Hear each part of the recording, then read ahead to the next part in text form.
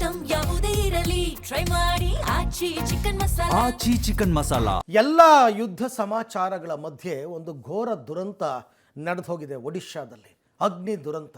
ಪಾಪ ಅನಾರೋಗ್ಯ ಪೀಡಿತರಾಗಿ ಆಸ್ಪತ್ರೆ ಸೇರ್ಕೊಂಡವರು ಆರೋಗ್ಯವಂತರಾಗಿ ಹೊರಗೆ ಬರಬೇಕು, ಬಟ್ ಶವವಾಗಿ ಹೊರಗೆ ಬರ್ತಕ್ಕಂಥ ಘಟನೆ ನಡೆದಿರ್ತಕ್ಕಂಥದ್ದು. ಒಡಿಶಾದ ಕಟಕ್ನ ಆಸ್ಪತ್ರೆಯಲ್ಲಿ ಅಗ್ನಿ ದುರಂತ ಸಂಭವಿಸಿದೆ.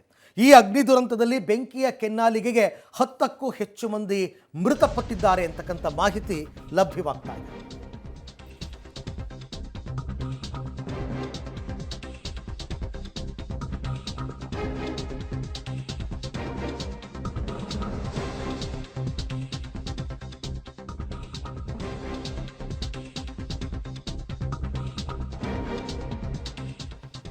ಒಡಿಶಾದ ಕಟಕ್ ಆಸ್ಪತ್ರೆಯಲ್ಲಿ ಅಗ್ನಿ ಅನಾಹುತ. ಬೆಂಕಿಯ ಕೆನ್ನಾಲಿಗೆಗೆ 10 ಮಂದಿ ಸಜೀವ ದಹನವಾಗಿದ್ದಾರೆ. SCB ಮೆಡಿಕಲ್ ಕಾಲೇಜಿನಲ್ಲಿ ಸಂಭವಿಸಿರುವಂತಹ ದುರಂತ ಇದು. ಟ್ರಾಮಾ ಸೆಂಟರ್ ICUನಲ್ಲಿ ಅಗ್ನಿ ಅವಘಡವಾಗಿದೆ. 10 ಜನ ರೋಗಿಗಳು ದುರ್ಮರಣಕ್ಕೀಡಾಗಿದ್ದಾರೆ, 5 ಗಂಭೀರ ಸ್ಥಿತಿಯಲ್ಲಿದ್ದಾರೆ. ಅಗ್ನಿಯ ನರ್ತನಕ್ಕೆ ಆಸ್ಪತ್ರೆಯ ICUನಲ್ಲಿದ್ದಂತಹ ಪೇಷಂಟ್ಸ್ ಪಾಪ ಎಲ್ಲ ಸುಟ್ಟು ಕರಕಲಾಗಿರ್ತಕ್ಕಂಥ ದೃಶ್ಯವನ್ನು ತಾವು ಗಮನಿಸ್ತಾ ಇದ್ದೀರಿ. ಇದು ಒಡಿಶಾದ ಕಟಕ್ನ ಆಸ್ಪತ್ರೆ, SCB ಮೆಡಿಕಲ್ ಕಾಲೇಜ್. ಆ ಆಸ್ಪತ್ರೆಯಲ್ಲಿ ನಡೆದಿರ್ತಕ್ಕಂಥ ಅಗ್ನಿ ದುರಂತದಲ್ಲಿ ಟ್ರಾಮಾ ಸೆಂಟರ್ ಮತ್ತು ICUನಲ್ಲಿ ಇದ್ದಂತಹ 10 ಜನ ಮೃತಪಟ್ಟಿದ್ದಾರೆ. ಅದು ಏನು ಸಜೀವ ದಹನ ಇದ್ದಲ್ಲಿಯೇ ಸುಟ್ಟು ಕರಕಲಾಗಿರ್ತಕ್ಕಂಥದ್ದು. ಇನ್ನೂ 5 ಸ್ಥಿತಿ ಗಂಭೀರವಾಗಿದೆ. ಆ ಬಾಡಿಗಳನ್ನು ಹೊರಗೆ ತರ್ತಾ ಇರೋ ದೃಶ್ಯಗಳನ್ನ ಕೂಡ ತಾವು ಗಮನಿಸ್ತಾ ಇದ್ದೀರಿ.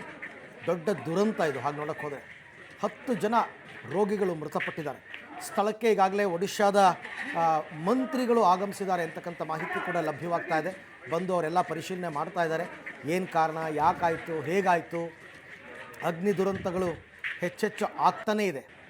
ಹಾಗೆ ನೋಡಕ್ಕೆ ಹೋದೆ ನಾವೀಗಷ್ಟೇ ನಿಮಗೆ ಮಾಹಿತಿ ಕೊಡ್ತಾ ಇದ್ವಿ 10 ಜನ ಸಾವನ್ನಪ್ಪಿದ್ದಾರೆ ಅಂತ. ಬಟ್ ಎಷ್ಟೊತ್ತಿಗಾಯಿತು ಈ ದುರಂತಕ್ಕೆ ಏನು ಕಾರಣ ಅನ್ನೋದ್ರ ಡೀಟೇಲ್ಸ್ ಈಗ ಕೊಡ್ತಾ ಹೋಗ್ತೀವಿ. ಅಗ್ನಿ ನರ್ತನಕ್ಕೆ 10 ಜನ ಸಾವಿಗೀಡಾಗಿದ್ದಾರೆ. ಕಟಕ್ನ SEB ಮೆಡಿಕಲ್ ಕಾಲೇಜ್ನಲ್ಲಿ ಆಗಿರೋ ದುರಂತ ಇದು.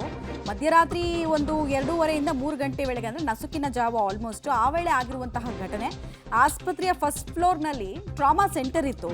ಟ್ರಾಮಾ ಸೆಂಟರ್ನಲ್ಲಿ ಫಸ್ಟು ಬೆಂಕಿ ಕಾಣಿಸ್ಕೊಂಡಿದೆಯಂತೆ. ನಂತರ ಅದು ಸ್ಪ್ರೆಡ್ ಆಗ್ತಾ ಹೋಗಿದೆ, ICUಗೆ ವ್ಯಾಪಿಸಿದೆ. ICUಗೆ ವ್ಯಾಪಿಸಿದ ಮೇಲೆ ಅಲ್ಲಿ ಇದ್ದವರು ಉಳಿಯೋದು ಕಷ್ಟನೇ, ಯಾಕಂದರೆ ಎಲ್ಲರೂ ಕೂಡ ಕ್ರಿಟಿಕಲ್ ಕಂಡೀಷನಲ್ಲಿ ಇರ್ತಾರೆ. ಆಮೇಲೆ ನಿಮಗೆ ಬೇರೆ ಜಾಗಗಳಲ್ಲಿ, ಆಸ್ಪತ್ರೆ ಬೇರೆ ಜಾಗಗಳಿಗೆ ಕಂಪೇರ್ ಮಾಡಿದ್ರೆ ಇಲ್ಲಿ ಆಕ್ಸಿಜನ್ ಲೆವೆಲ್ ಜಾಸ್ತಿ ಇರುತ್ತೆ. ಬಿಕಾಸ್ ಅವರು ಉಸಿರಾಡಲಿ ಅಂತ ಹೇಳ್ಬಿಟ್ಟು ಜಾಸ್ತಿ ಮಾಡಿರ್ತಾರೆ. ಸೊ ಅದು ಫೈರ್ ಸ್ಪ್ರೆಡ್ ಆಗೋದಕ್ಕೆ ಮೇನ್ ಕಾರಣ. ಬೆಡ್ಶೀಟು, ಆಮೇಲೆ ಬೇಗ ಬೆಂಕಿ ಹಬ್ಬುವಂತಹ ವಸ್ತುಗಳೇ ಅಲ್ಲಿರುತ್ತೆ. ಫಾರ್ ಎಕ್ಸಾಂಪಲ್ ಆ ಸಿಲಿಂಡರ್ಗಳಿರ್ಬೋದು ಅಥವಾ ಮೆಡಿಸನ್ಸು, ಅದ್ರಲ್ಲಿ ಕೆಮಿಕಲ್ಸ್ ಎಲ್ಲ ಇರುತ್ತೆ, ವಿಪರೀತ ರಿಯಾಕ್ಟ್ ಆಗ್ತವೆ ಅದು ಫೈರ್ಗೆ. ಆಮೇಲೆ ಸಡನ್ನಾಗಿ ಈಗ ಬೆಂಕಿ ಕಾಣಿಸ್ಕೊಳ್ತು ಅಂತ ನಾವೆಲ್ಲ ಏನು ಮಾಡ್ತೀವಿ, ಕೈಕಾಲು ಗಟ್ಟಿ ಇರುತ್ತೆ, ಓಡೋಗ್ತೀವಿ. ಆಸ್ಪತ್ರೆ ಬೆಡ್ ಮೇಲೆ ಮಲಗಿರೋರು ಎಲ್ಲ ಶಕ್ತಿ ಇರುತ್ತೆ, ಎಲ್ಲವ್ರಿಗೆ, ಕೆಲವ್ರಿಗೆ ಪ್ರಜ್ಞೆನೂ ಇರಲ್ಲ. ಪಾಪ ಏನಾಗಿದೆ ಅವ್ರಿಗೆ ಅನ್ನೋ ಅರಿವಿಗೂ ಬರದೆ ಅವರು ಶವವಾಗಿಬಿಟ್ಟಿದ್ದಾರೆ. ಇದಕ್ಕೆಲ್ಲ ಮುಖ್ಯ ಕಾರಣ ಏನಂದರೆ ಸೇಫ್ಟಿ ಮೆಷರ್ಸ್ ತಗೊಳ್ಳಲ್ಲ ಅಂತ. ಕೆಲ ಆಸ್ಪತ್ರೆಗಳಲ್ಲಿ ತುಂಬ ಹಳೆಯ ಕಾಲದ ಕಟ್ಟಡಗಳನ್ನು ಮೇಂಟೈನ್ ಮಾಡ್ತಿರ್ತಾರೆ. ಈಗಂತೂ 108 ಫೈರ್ ಸೇಫ್ಟಿ ಪ್ರಿಕಾಷನರಿ ಮೆಷರ್ಸ್ ಇರುತ್ತೆ, ಅದು ಯಾವುದೂ ಅಲ್ಲಿ ಫಾಲೋ ಆಗಲ್ಲ. ವಿಂಡೋಗಳನ್ನು ವೈಡ್ ಇಡಬೇಕು, ಸ್ಮೋಕ್ ಕರ್ಟನ್ಸ್ ಸಪ್ರೇಟ್ ಇಡಬೇಕು, ಈ ಥರ ಸುಮಾರು 108 ರೆಗ್ಯುಲೇಷನ್ಸ್ ಇರ್ತವೆ. ಅದು ಯಾವುದೂ ಫಾಲೋ ಆಗಲ್ಲ. ಪರಿಣಾಮ ಏನು ಅಂದರೆ ಹೀಗೆ. ಆಮೇಲೆ ಈ ಥರದ ಒಂದು ಅಗ್ನಿ ನರ್ತನ ಆಗೋಕ್ಕೆ ಮುಂಚೆ ಒಂದು ಮಾಕ್ ಡ್ರಿಲ್ಗಳನ್ನೆಲ್ಲ ಮಾಡ್ತಿರ್ತಾರೆ ಒಂದು 6 ತಿಂಗಳು 7 ತಿಂಗಳಿಗೆ. ಕೆಲವು ಕಡೆ ಅದು ಮೇಂಟೈನ್ ಆಗಲ್ಲ. ಡೀಟೇಲ್ಸ್ ಕೊಡ್ತಾರೆ ಶಬೀರ್. ಇಲ್ಲಿ ಈ ಕಟ್ಟಡವನ್ನು ಗಮನಿಸ್ತಾ ಇದ್ವಿ. ಫೈರ್ ಸೇಫ್ಟಿ ಮೆಷರ್ಸ್ ಎಲ್ಲ ಕಡಿಮೆ ಇದ್ದಂಗೆ ಕಾಣಿಸ್ತಾ ಇದೆ ಮೇಲ್ನೋಟಕ್ಕೆ. ಉಳಿದಂತೆ ಏನೇನು ಡೀಟೇಲ್ಸ್ ಇದೆ, ಯಾವ ರೀತಿ ತನಿಖೆ ಆಗ್ತಾ ಇದೆ ಈ ಪ್ರಕರಣದಲ್ಲಿ? ನೋಡಿ, ಪ್ರಕರಣವನ್ನು ಸರ್ಕಾರ ಕೂಡ ಗಂಭೀರವಾಗಿ ತೆಗೆದುಕೊಂಡಿರುವಂಥದ್ದು. ಈ ನಿಟ್ಟಿನಲ್ಲಿ ಈಗಾಗಲೇ ಆರೋಗ್ಯ ಸಚಿವರು ಸೇರಿದಂತೆ ಬೇರೆ ಬೇರೆ ಪ್ರಮುಖ ನಾಯಕರು ಕೂಡ ಬಂದು ಹಾಸ್ಪಿಟಲನ್ನು ವಿಸಿಟ್ ಮಾಡಿದ್ದಾರೆ. ಮತ್ತು ಈ ಘಟನೆಗೆ ಸಂಬಂಧಪಟ್ಟಂತೆ ತನಿಖೆಗೂ ಕೂಡ ಆದೇಶವನ್ನು ಮಾಡಿದ್ದಾರೆ. ಸೊ ಈ ಘಟನೆ ಹೇಗಾಯಿತು ಅನ್ನೋದಕ್ಕೆ ಸಂಬಂಧಪಟ್ಟಂತೆ ಈಗ ಮಾಹಿತಿಯನ್ನು ಕಲೆ ಹಾಕುವಂಥ ಕೆಲಸವನ್ನು ಕೂಡ ಪೊಲೀಸರು ಮಾಡ್ತಾ ಇದ್ದಾರೆ. ಶಾರ್ಟ್ ಸರ್ಕ್ಯೂಟ್ನಿಂದ ಆಯಿತಾ ಅಥವಾ ಆಗಿದ್ರೆ ಹೇಗಾಗಿದೆ ಅನ್ನೋದಕ್ಕೆ ಸಂಬಂಧಪಟ್ಟಂತೆ ಮಾಹಿತಿಯನ್ನು ಕಲೆ ಹಾಕುವಂಥ ಕೆಲಸಗಳು ಕೂಡ ಆಗ್ತಾ ಇದ್ದಾವೆ. ಈಗ ಬೆಂಕಿ ಈಗಾಗಲೇ ತಹಬದಿಗೆ ಬಂದಿರುವಂಥದ್ದು ಮತ್ತು ಬಹುತೇಕ ಮೃತದೇಹಗಳನ್ನು ಕೂಡ ಹೊರತೆಗೆಯುವಂಥ ಕೆಲಸಗಳು ಕೂಡ ಕೂಡ ಆಗಿದೆ. 10 ಮಂದಿ ಈಗಾಗಲೇ ಮೃತಪಟ್ಟಿದ್ದಾರೆ, 5 ಮಂದಿಯ ಪರಿಸ್ಥಿತಿ ಗಂಭೀರವಾಗಿದೆ ಅನ್ನುವಂಥದ್ದು ಕೂಡ ಗೊತ್ತಾಗ್ತಾ ಇರುವಂಥದ್ದು. ಸೊ ಈಗ ಹೆಚ್ಚುವರಿಯಾಗಿ ಈ ಒಂದು ಘಟನೆಗೆ ಸಂಬಂಧಪಟ್ಟಂತೆ ಮಾಹಿತಿಯನ್ನು ಕಲೆ ಹಾಕ್ತಾ ಇರುವಂಥದ್ದು.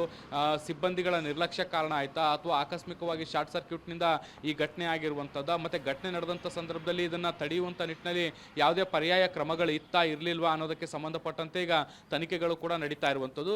ಸರ್ಕಾರ ಇದನ್ನು ತನಿಖೆಗೆ ಕೂಡ ಈಗ ಆದೇಶ ಮಾಡಿರುವಂಥದ್ದು. ಮಮತಾ ರೈಟ್, ಹಾಗೆ ಸಂಪರ್ಕದಲ್ಲಿ ಶಬೀರ್ ವಾಪಸ್ ಬಂದ್ವಿ.